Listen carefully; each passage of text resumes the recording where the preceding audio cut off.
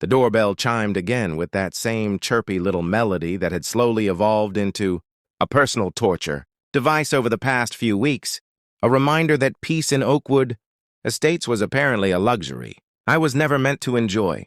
I glanced at my phone, pulled up my door camera, and there she was, Karen Richardson, standing on my porch.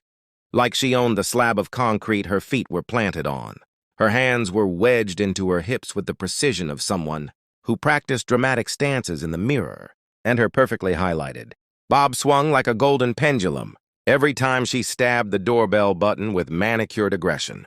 I set down my coffee, inhaled a deep breath, and accepted that today was the day. I stopped pretending the problem would go away on its own.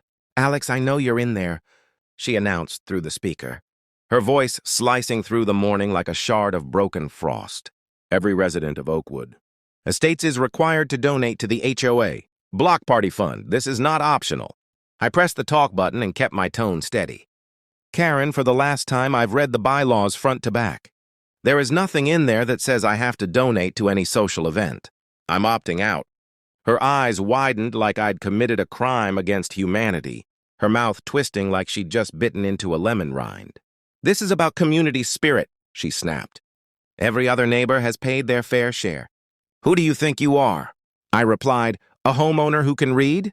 The calmness in my voice only fanned the wildfire already, raging under her designer sandals. She shoved a clipboard up toward the camera lens where I could clearly see a list of names, every single one checked off except mine, her, finger tapping violently on the empty box beside.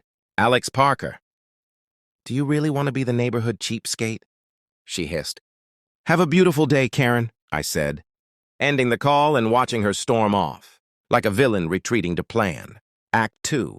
As she stomped away, she spun around for one last glare, the kind a cartoon dragon gives before breathing fire, and then marched back to her pristine palace of a home, the lawn so perfect it looked AI-generated. I had no clue this was only the pre-show to what would become the most legendary meltdown Oakwood Estates had ever witnessed. I'd moved into the neighborhood just 3 months. Earlier, a quiet cul-de-sac, safe streets, a nice backyard where I planned to eventually adopt a dog, close to work, good schools nearby, perfect on paper. Yes, there was an HOA, but I assumed that just meant no pirate ship sculptures in the yard and no forgotten cars being swallowed by weeds. I had not accounted for Karen, self-appointed, queen of festivities, who treated the social committee like her. Personal dictatorship. Within days of buying my home, I received a cheerful binder. Welcome packet rules smiling clip art houses, and a pastel calendar of voluntary community activities. The word voluntary was printed clearly, yet Karen behaved like the dictionary definition didn't apply to her kingdom. I made an effort socially. I had introduced myself to the Johnsons next door and waved to the sweet older couple across the street. But I'm a quiet evening on the couch person, not a forced contribution to lemonade stands person. Then the trouble began. An email, mandatory summer block party contribution, 100 Dewey. I ignored the word mandatory, assuming someone simply got carried away with formatting. Then a follow-up email appeared, red text, full caps, final notice.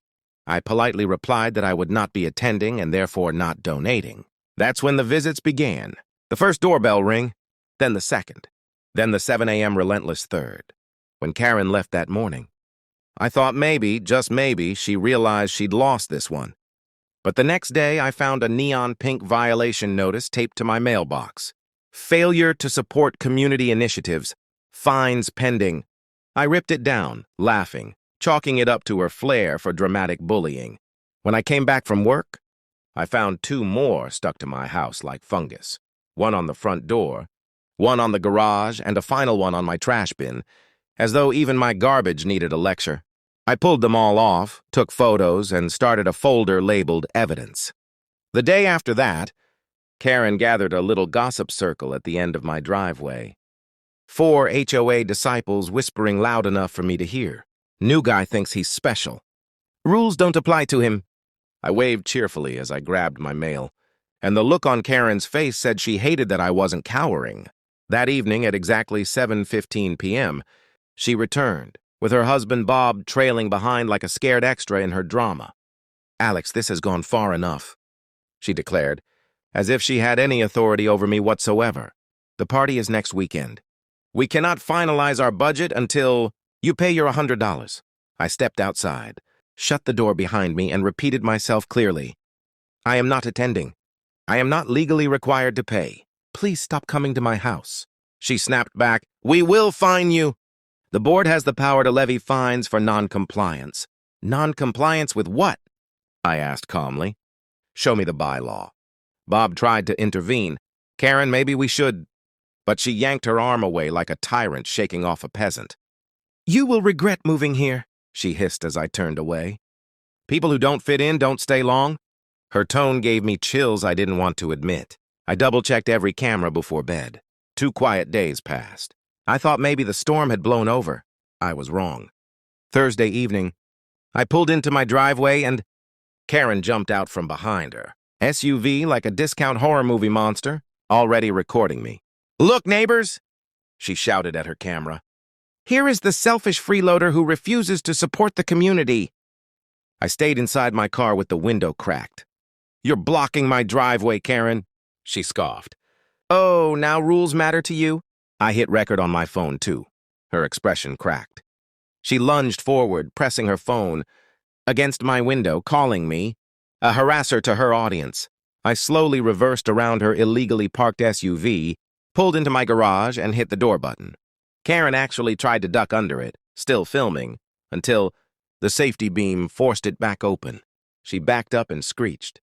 "Board meeting tomorrow. Your name is first on the agenda." At 5:30 a.m., my security app pinged. I checked the feed, and there she was again, sprinkling dozens of block party flyers across my lawn like a confetti parade of insanity. Then she shoved a black trash bag under my porch stairs. Something snapped inside me. Enough was enough. I called the non-emergency line. The dispatcher practically sighed in relief when I mentioned I had video evidence. An officer would be there within the hour. I compiled everything, every recording, every photo, every petty notice, and Officer Rodriguez watched, calmly as her eyebrows climbed high enough to touch her hairline. "This is harassment, trespassing, attempted intimidation." "You've documented it perfectly," she said. I showed the most recent footage. The trash bag still, wedged under my steps, and explained my growing fear of escalation. Before Rodriguez could ask when Karen was typically home, my phone buzzed, doorbell alert. Karen, again with a pile of papers clutched like legal grenades. Rodriguez smirked. "May I?" She walked to the door, opening it just as Karen raised a tight fist to knock. Karen froze, shock, confusion, then instant lying. "Oh, wrong house! Just delivering community notices." Rodriguez introduced herself, stating the police received multiple complaints. Karen swung immediately into victim mode. "Complaints? Against me? I am the whole social chair." Rodriguez remained composed. "Ma'am, we have video of, with audio, repeated harassment, trespassing, and threats. I need you to stop all contact with Mr. Parker and remove every notice." Karen's mask crumbled. She jabbed a finger at Rodriguez's face. "Do you know who I am?" "I will have your sergeant on the phone and—" "Step back," Rodriguez warned. Karen did not step back. She dug into her purse. Rodriguez tensed, but Karen whipped out only her phone and began dialing. "Yes. Police, an officer is threatening me." Rodriguez called for backup. A second cruiser rolled up minutes later. By now, half the cul-de-sac was watching from their lawns, like it was neighborhood theater night. Karen faced her audience and bellowed, "This is what happens when outsiders refuse to follow our values." Silence. And then Mrs. Johnson, the sweet neighbor, marched up. "Officers, Karen has bullied all of us. She threatened to confiscate my gnomes because I only donated $50. Another neighbor chimed in. "She told me my kids would be banned from the pool if I didn't pay the full amount." One by one, victims stepped forward, lost. Checks that magically reappeared after a second payment. Threats about property value drops, intimidation campaigns. Karen's face morphed from red to purple to something approaching ultraviolet rage. "I did this for property values," she screeched. When Officer Chen tried to gently guide her toward the cruiser, she slapped his hand, hard. And that was that. "Karen Richardson," Chen said, "you are under arrest for harassment, trespassing, disorderly conduct, and assault on an officer. The cuffs clicked, and Karen howled about bylaws, corruption, betrayal, as if she was being dragged away for inventing the cure for boredom.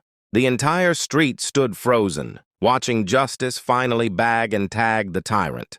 3 days later, I received a letter on official HOA stationery from the real HOA president, apologizing for everything, clarifying all social contributions were voluntary, announcing Karen's immediate removal from every committee, and promising a full review of misconduct. Karen was ultimately charged with multiple counts, stood before a judge, and even in sentencing insisted she was merely passionate about community standards. The judge didn't buy it. 6 months probation, a $1,000 fine, and the cherry on top, community service, picking up roadside trash. And the expression on her face when that sentence landed, I might just frame that moment someday, because after 3 months of unsolicited madness, the silence that settled over Oakwood Estates felt like victory, and yes, like true community spirit for once.